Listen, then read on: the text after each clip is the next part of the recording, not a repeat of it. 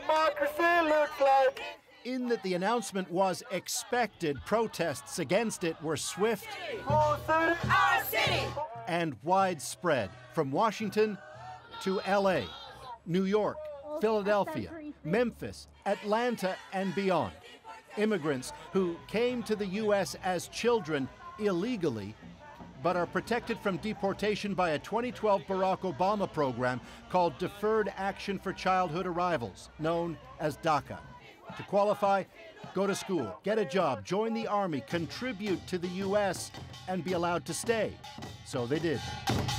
Said Donald Trump's Attorney General today the program is unlawful and unconstitutional. Thus, the program known as DACA that was effectuated under the Obama administration is being rescinded.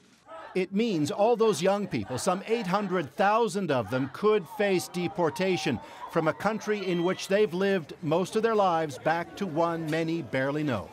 Barack Obama today labeled it cruel. The U.S. Conference of Catholic Bishops called it reprehensible. But in a country with 11 million undocumented immigrants, said Jeff Sessions, it's in the national interest. We cannot admit everyone who would like to come here. It's just that simple. A key point, little changes for 6 months.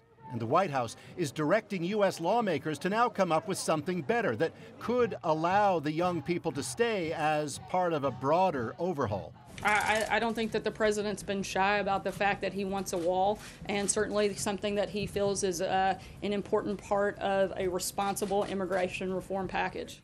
It's an issue that has deeply divided U.S. conservatives, those who push for inclusivity versus those who seek a crackdown, including some who'd been set to challenge DACA in court regardless. So, what will lawmakers do? They've tried and failed at immigration reform for years. Today, even a Republican critic called on Trump for help. You're a good man. Get involved personally. Work the phones. Try to find a consensus here. As the president himself seemed confident a solution for all will be found somehow. Hopefully now Congress will be able to help them and do it properly.